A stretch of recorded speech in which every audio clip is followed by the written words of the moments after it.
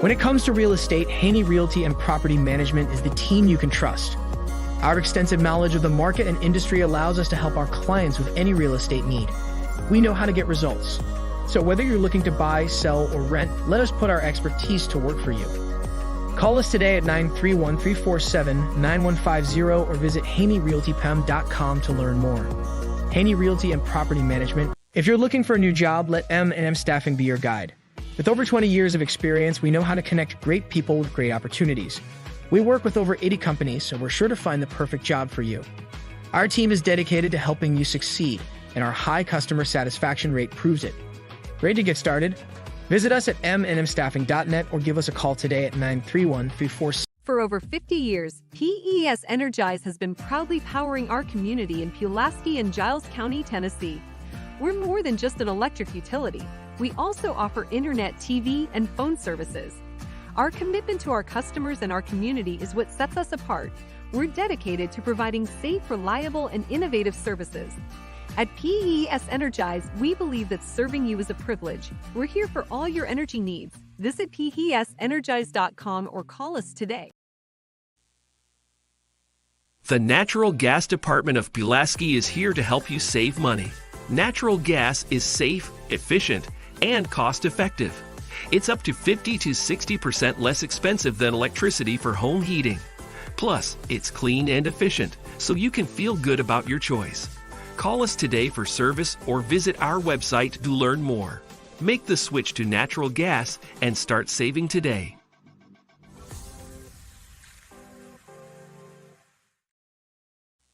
Southern Tennessee Regional Health System. Pulaski is here to help you be well. Our mission is to make our community healthier, and we're your community hospital. We're committed to providing trusted care when you need it most.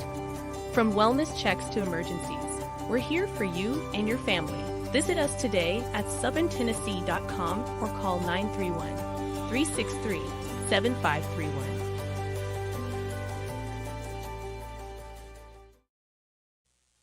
If you're looking for a new job, let M&M Staffing be your guide.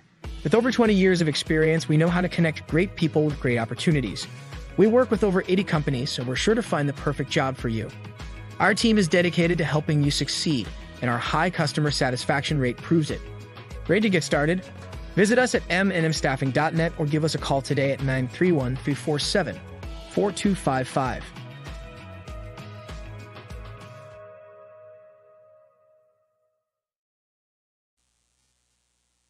For over 50 years, PES Energize has been proudly powering our community in Pulaski and Giles County, Tennessee.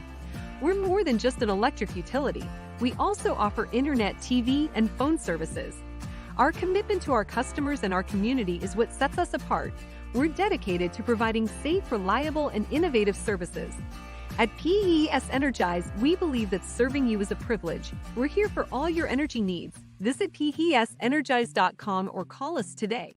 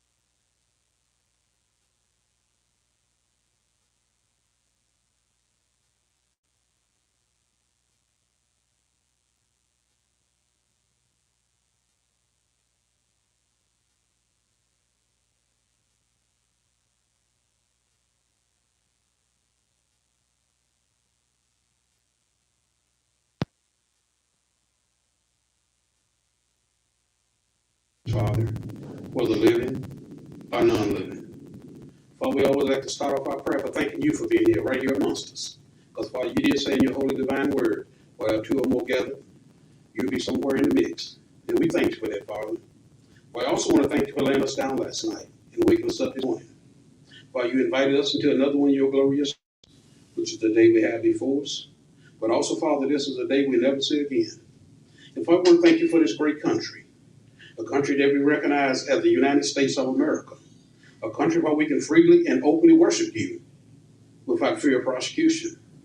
Father, as always, we want to thank you for the brave men and women who fight to keep this country safe so that we can exercise those freedoms.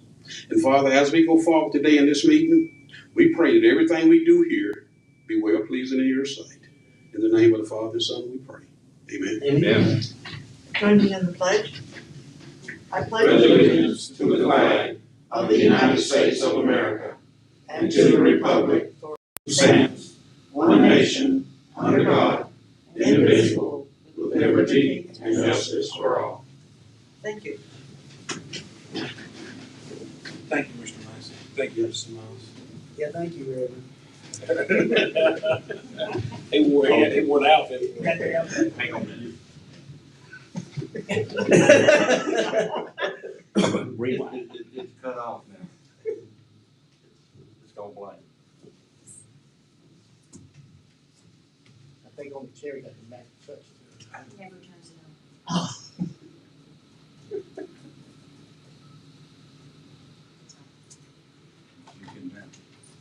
We need to do that again. Thank y'all again for that. The first item of business is to approve the minutes from last regular meeting. If there's no any other additions or corrections of the minutes, we'll stand as approved as well. Our next item is item number 2 is to receive and file electric and water and natural gas reports. I move that we receive and file these reports. Second. We had a motion by Mr. Keith and a second by Mr. Massey. Any discussion? All in favor say aye. Aye. Any opposed? Motion carries. Next, do we have any concerned citizen remarks regarding agenda items? Y'all all look concerned. See that there are none. We'll go down to item number 4 is to consider applications for the following trade permits. Giles Chamber, 12/9/23, and then also a rain date for 12/12/23, and then Main Street and Downtown Merchants, 11/30/23. Mr. Keith. We got these at our work session the other night. The first one is the annual Christmas parade, and the second one is the Mingle Jingle. We've had these events before, and all the everything, all the permits were good. If everything's in order, I'll make a motion that we approve the parade permits. Motion by Mr. Massey. Second by Mr. Gentry. If there's no other discussion, do a roll call vote. Massey. Aye. Miles. Aye. Worsham. Aye. Keith. Aye. Gentry. Aye. Bryant. Aye. Brindley. Aye. Totally not. We got just It is.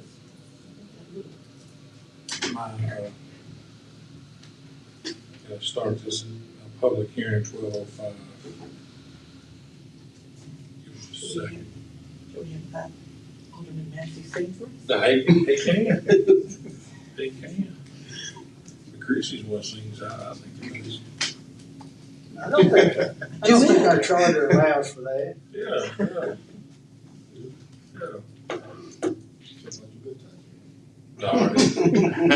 It's 12:05. Public item number 5 is public hearing is relative to the annexation of the property owned by Curry Farms Real Properties LLC, and it's located on Beach Hill Road. Mr. Keith. Mr. Curry's here. We talked about this at our last work session and in our previous meeting. 152 acres. Yes, sir. Roughly. Yes. And It adjoins the city limits, meets all the requirements for annexation, and we recommend that we annex this into the city, but we'll open the public hearing first if there's anybody that has remarks or concerns about it.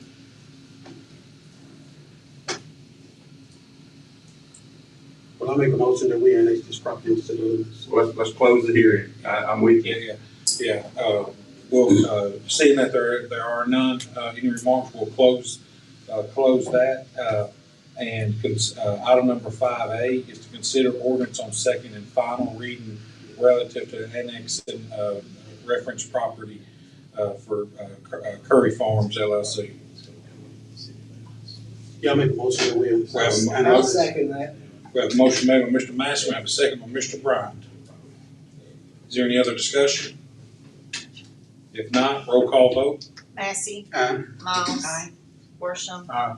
Key. Aye. Gentry. Bryant. Aye. Brindley. Thank you, Mr. Kirk, for what you've done I appreciate this. You in? I can get back to work. too. Go buy another farm. Right. Item number, well, we gotta give the 12-10. We can go down to number 7. Yeah. We'll skip over. Consider ordinance on second reading relative to amending the 2023/24 budget. This is the second reading on, and we've approved this before for the purchase of the Merco property. And this is just to amend the budget to make that allocation. I'll make that motion. To amend the budget to purchase Merco property. Motion made by Mr. Bryant, second by Mrs. Miles. Is there any other discussion? If not, roll call vote. Massey. Aye. Miles. Aye. Worsham. Aye. Key. Aye. Gentry. Bryant. Aye. Brindley.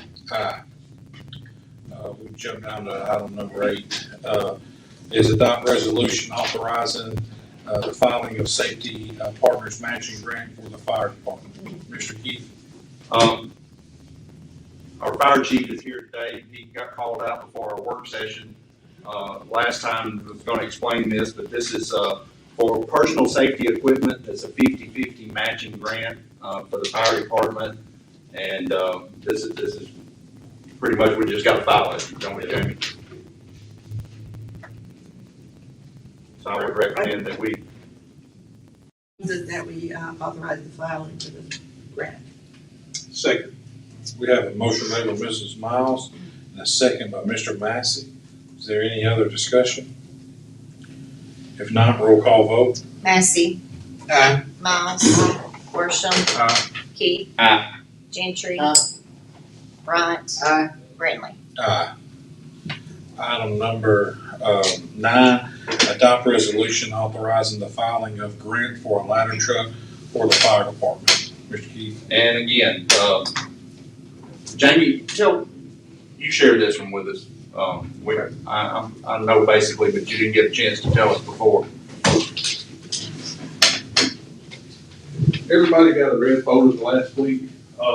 My guys put together a small PowerPoint presentation. It was easier to just print that out and give it to you. Our ladder truck is 24 years old this year. We've spent about $10,000 in repairs already this year. We've got several more thousand that we've got scheduled to get done. We're just waiting on the guy to get it in the shop. Our generator, we found out at the last Tanglewood fire when we went back that night, is causing some issues. I've talked to the mechanic for that. We're looking at about $15,000 if we have to fix that. There's a motor leak. It's got some engine oil leaking, so we're keeping it checked. Of course, all old Detroit diesels leak. That's just the nature of the beast. It is the front main seal on that truck, and we're looking at probably another $20,000 if we decide to fix that. So it's starting to nickel and dime us to death. The grant, there's a paper in the front of that folder that told about a gentleman out of Alabama. He will write the grant for us at a small little cost. We'll actually recoup that back in the grant. The grant we can get is an AFG grant through FEMA, which we try to apply for every year. We applied for AirPack several years ago. We weren't awarded that. This guy has about an 85 to 95% success rate. With his grants for an additional fee, he will manage it for us, which I'm going to suggest that we do. That way he takes care of all the reports. All we have to do is cut a check. And just to be clear, it's a small fee. What is the fee's $500. Yeah, $500. And then another $350 for managing. Wow. Well, actually, it'd be $1 million grant. I just want y'all to know the FEMA grant with the truck, they'll only allot you so much money per truck. So we're looking at roughly right around $1 million that we can get for a ladder truck. What we're looking at, we've already developed some specs. The city of Spring Hill just ordered one a couple weeks ago. I talked to that salesman. I've gotten that spec sheet. There's about 1.7 million. So if we can get $1 million, and they've actually got a few more bells and whistles on theirs than we were asking for. So that's going to knock the price down. There is a price increase coming up next month, 4%. There's some of the manufacturers, and it's just going to continue to go up. But once we know that we're awarded the grant and you all authorize us to take it, and we order a truck, that price will be locked in right then because you're under the contract, but you're still about 3 years out from receiving it. Unless we find what they call a stock truck, and those basically it's just like going out here to Sharp Motor Company and buying something straight off the lot. You get what you get. We can change a few things in it. Dealers normally try to keep those ordered just because it takes so long to get, but that is an option for us too. And we're looking at a truck that has to be somewhat remodeled, is that correct? I mean, you can't just get one right off of the line. No, ma'am, it has to be built. It'll be built to our specifications unless we order a stock truck from a dealer that's already got one ordered. The height particularly. Yes, ma'am. We're actually looking, the one we've got now is 75 foot and a tandem axle on the rear. We're actually looking at a single axle, which will make our turning radius a lot smaller so we can get along these smaller streets, and 100 foot, so it's going to make it 25 foot longer than what we've got now to give us more reach. If and when we do get another fire truck, what do we plan on doing with the old one? What can we get for it? That I don't know. We have two options with that. We can either sell it on gov deals and it can go to a private party and never be used because it's a grant truck and never be used by a fire department again. Or we can sell it to a dealer, and most dealers will bid on those. We sell it directly to the dealer. They can refurb it and actually turn around and sell it to another fire department. We'll definitely We'll look just at have to cross that bridge. getting the best bang for our buck on that truck. I move that we file for this grant. And it's a 3-year lead time. Well, if I ordered it today, we're at least 3 years out from getting. It's a 3-year lead time, and the grants aren't open yet. I'm just trying to get all my duckies in a row for when it opens up in February, and we won't know the property this time next year. So we're looking at least 4 or 5 years before we ever get anything. We appreciate you digging in to finding that grant writer. I second Ms. Pat's motion. We have a motion made by Mrs. Miles and a second by Mr. Massey. If there's any other discussion, roll call vote. Massey. Aye. Miles. Aye. Worsham. Aye. Keith. Aye. Gentry. Bryant. Aye. Brantley. Aye. We're going to jump back up to item number 6, public hearing 1210. Relative to moratorium being imposed on new construction of billboards / electronic signs or any other style of attached signage. Mr. Keith. This was a proposal from the Planning Commission to put a temporary moratorium on new billboards and electronic signs until the Planning Commission has a chance to put a comprehensive sign ordinance together. We began that last Thursday in a work session. Some of you all were able to be there. But what this does is places a moratorium on any new billboards or detached signage over 32 square feet for a maximum of 6 months or until we have that comprehensive sign ordinance put in place. Okay, let me ask one quick question. Well, let's open the hearing first, and if there's anybody from the public that wants to speak to it. Anybody here to discuss or talk about the public hearing 1210 relative to the moratorium, the billboards? Seeing that there are none, we'll close that. And number 6A is to consider the ordinance on second and final reading relative to imposing the moratorium as explained above. Okay. Yeah, now I got one quick question. A detached sign, 32 square feet, detached.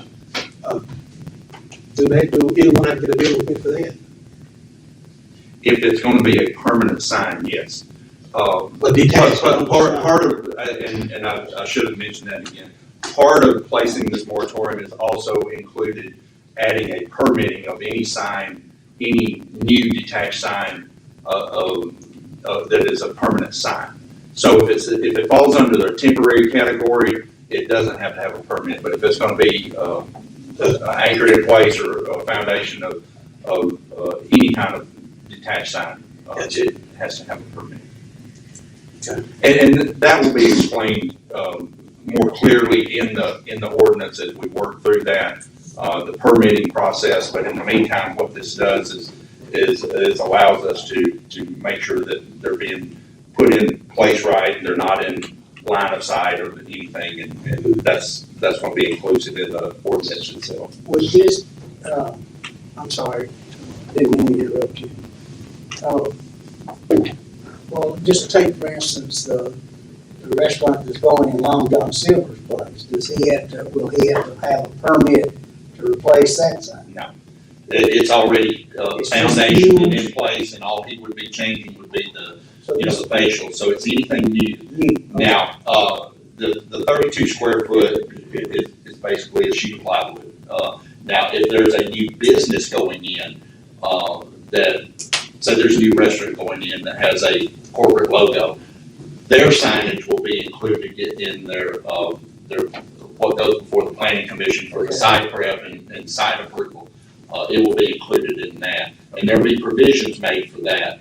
And of course, signs on buildings, they're not detached, but this is just, again, this is a temporary moratorium until we get all those details covered and in place. We've met for probably almost 2 hours. And that was just meeting number one. Yeah, just meeting number one, just going over to, because we want to be fair to everyone. Oh, sure. We want to stop the large billboards that are popping up everywhere.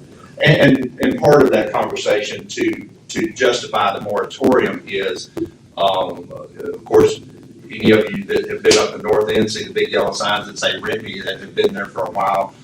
There's an old billboard from a campaign a year and a half ago that is still there. So there is advertising space available. Of course, the electronic signs can be added to daily.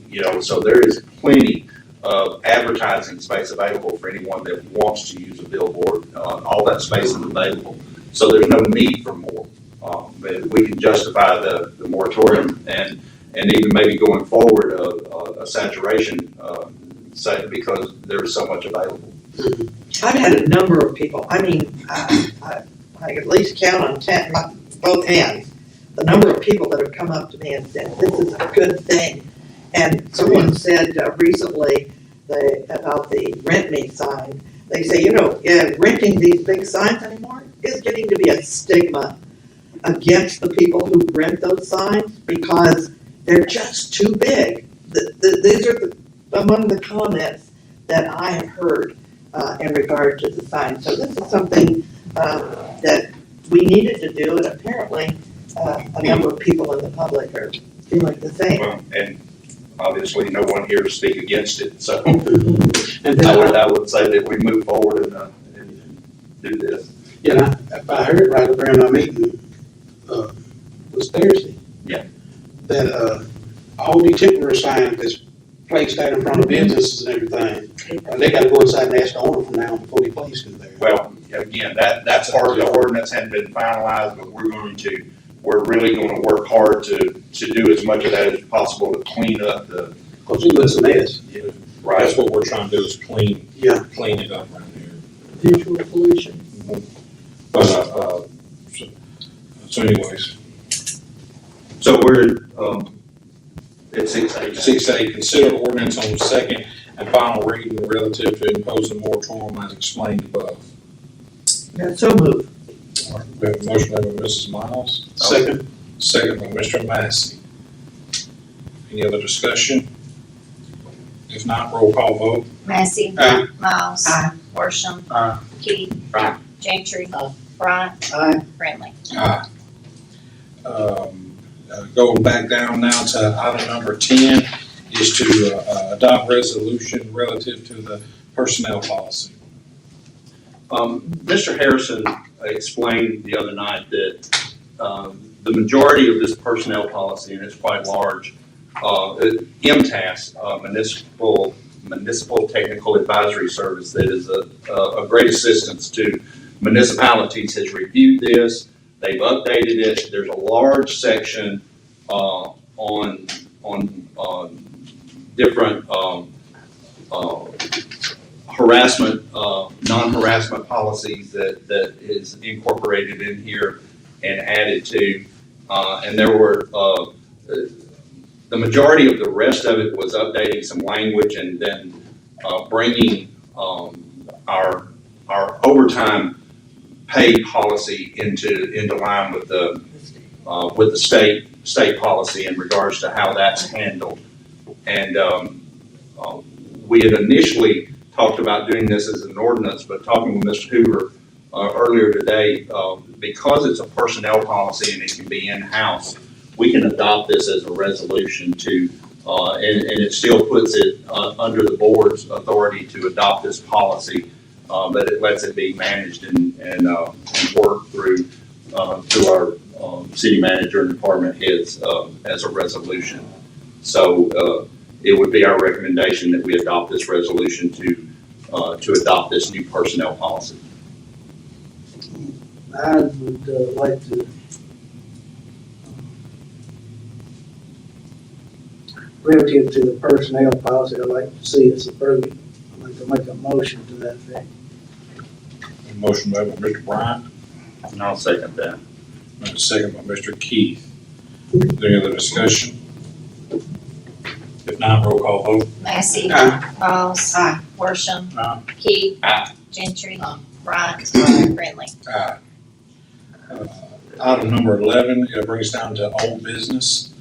I have some old business. Yes, Are ma'am. do you have some old business you would like to do first? No, I guess I'm on a new business. So Okay, you go. excellent. Okay, old business. For those of you who missed Coffee with a Cop at UT Firehawk Cafe, you really missed a nice event. We had 5 or 6 police officers and fire chief was there. It was a really, really nice event. Now, you missed it, but we're gonna do it again. So you have one more chance to come by and shake hands with our police officers and our first responders and say thanks for what you do. Your house catches on fire, these people are right there. You have a situation where a child is missing or something, we've got them right there. This is your opportunity, and it's Thursday, this Thursday, 8:30 to 9:30 in the morning, and it's at Daylight Donuts. Very easy, just pop in there, have a cup of coffee, before you go to work, pick up a donut, and say hi to our police officers and first responders. Thank you. Thank you, Mrs. So Bell. this Thursday, the 28th, This- Daylight Donuts. Exactly. Thank you. Thank you, Ms. Bell. So anything under old business? I don't know, a little while back, we adopted a policy that people out of city limits for fire protection, they was only paying $1,000 a year, but we agreed to do away with $1,000 a year, providing that rescue squad call for backup from the city. But there's some people that live out of city limits not aware of that. I've talked to several people, they just mentioned it. I said, that $1,000 obsolete now, you're not paying it anymore. If the rescue squad is gonna make the first call, but if they call for help, then the city gonna come and back them up. So we did away with that $1,000. And I just wish we could get somehow or another, let the public know that the $1,000 is obsolete now. Am I You correct? could speak to That's that. been a couple of years, Oh, that- and there was just, I don't think we've renewed any of those. No. Those contracts, so, I don't know. Is it people that had a contract that are? Thought they wanted it, and they weren't Oh, aware. they didn't know that it was available. Okay, That's right. I understand. That was, yeah, right, they don't need it, so. What that was, Randy, was for the people outside the city, they pay $50 a year for that contract. Where that $1,000 comes in is if a fire truck responds, then they're liable. They were responsible for paying that $1,000. But I've only had one person, and one come in, and he said he let it go 2 years, and he come in the other day to sign up, but that's the first one. And we explained to him that, we was taking their money for nothing because we had the agreement with the rescue squad. So, and it goes both ways, that we'll go out in the county, and the county will come into the city. So we've only had one really in the last couple of years to come in and sign it. Once that got out, word got out pretty quick. I mean, we hadn't had an issue with people coming to us wanting to sign up for it and not knowing it. They pretty well, like I said, we had one, and that was just last week, and that's the first time we've had that in well over a year at least. But anyway, that's where that $1,000. It only costs you $1,000 if a fire truck did respond to the scene. Anything else under old business? New business, we have a couple things. One, we need to add John Green, Public Works Director, as a consultant selection committee to required by TDOT, I believe, what it is. That's, Ricky, do you want to explain that a little? We talked about that at work session the other night, and this is just the committee that consists of Mr. Harrison, I think Drew, our mayor, and now as Public Works Director, John Green would be part of that committee that works with CDOT anytime we're doing anything that impacts or affects our utilities. We need to do a roll call vote. I think we can do this with just a resolution, but yeah, we'll roll call vote. I would move that we adopt a resolution adding John Green to the consultant selection committee. I'll second that. Any opposed? If not, roll call vote. Massey. Aye. Miles. Aye. Worsham. Aye. Keith. Aye. Gentry. Bryant. Aye. Friendly. Aye. Under new business as well, most of you know I attended the governor's conference last week and really enjoyed it. It was for 2 days. It was the first one I ever been to. Really enjoyed my time there. Learned a lot. Talked with a lot of different people, and it really, you come back with it shows how good Pulaski is after talking with a lot of people. Everybody has pros and cons about their own cities, but it was very well received. I really enjoyed it, networked with a lot of people, and spent a good bit of time. So, anyways, I really enjoyed being there. I'm sorry I missed our work session, but also I've been working on having a developers type meeting for a while now. Been trying to come up with what I'm trying to, as we talk about moving Pulaski forward, or how we want to see if it's housing. We've heard from everybody that, we need housing, then, need affordable housing, which are two different things. But, people, they'll say new restaurants, or they'll want to talk about just different things to go on here in Pulaski. And what I've done is I've reached out to a lot of architects, a lot of developer mutual friends of mine, reached out to different cities, asked them, hey, how did the citizens take this business coming in, or how did you land that? What did you do? And Phil and I spent a lot of time, the EDC director, doing that.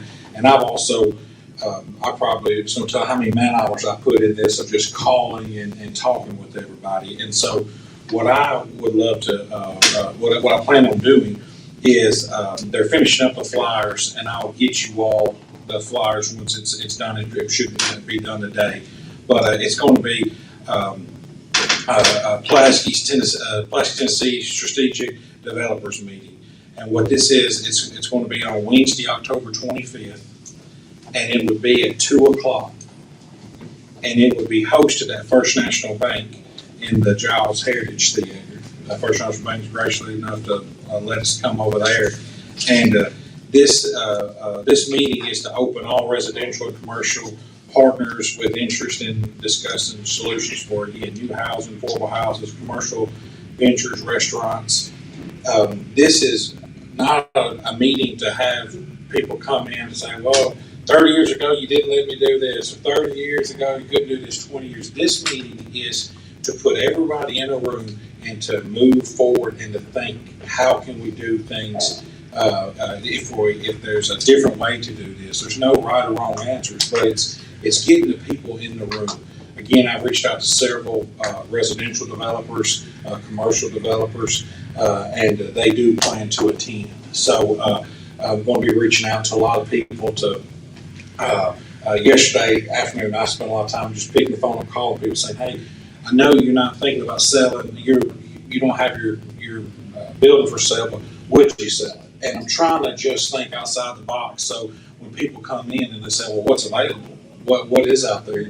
They might not be listed, but hey, here's what it is. And we can, it'll be a lot of work goes into this, but it will be, if one thing comes out of it, it will be a success. But just putting trying to put the right people in the room again to move forward. And I really, it's a strategic business and partnership with everyone. And so I'm excited about it. Again, I'm passionate about, and I would, we've already, just those conversations have led up to probably 3 to 4 meetings that are going to be happening this week of people wanting to come into town just to ride around with me, to show them some things. So again, it's already been very positive, and so I'd love for everyone, if you could attend that day. I know it's during the day, but if you could attend that would be great. Mr. Scott, I'll get you all the information. I was just in a meeting, and we talked about a very similar proposition of being more positive about the problems that we are tackling. Instead of complaining, let's be positive. And a suggestion was made that when you come to the meeting, you come with an idea, you come with $1,000 idea. Some idea that's gonna bring in $1,000, it's the idea. But it should be something that could easily be developed into a $4,000 idea.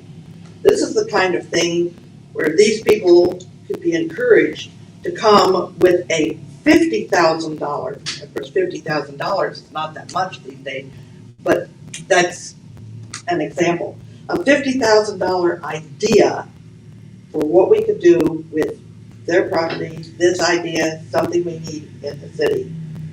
And that $50,000, if they could come with that idea, and then the group could talk about how we could turn that into a $1 million idea. Yeah, no, That's the same thing you're talking about. Yeah, and I want to see us turn into a $5 million conversation. That's we're going to be reaching out to UT Southern, TCAT, all the industries to try to get their involvement, because when you're in a room with a bunch of developers and they're hearing UT Southern say, hey, we want apartment complexes, or we want new restaurants, or we want industries are saying we want this. It's good when and two, I want us to be welcoming to growth is a great thing. It's got to be controlled growth, but growth is something that we need to see, and we've got a lot of good things going right now, and we want to keep that momentum. So I'm excited about this, and again, it'll be October 25th at 2:00 at First National Bank, and so hopefully everyone can be there. And I'll get a camera and email everyone out the information, and then we're going to be trying to get it put in some papers and even out of town papers. But any other new business? If not, will our meeting be adjourned? We don't have a beer.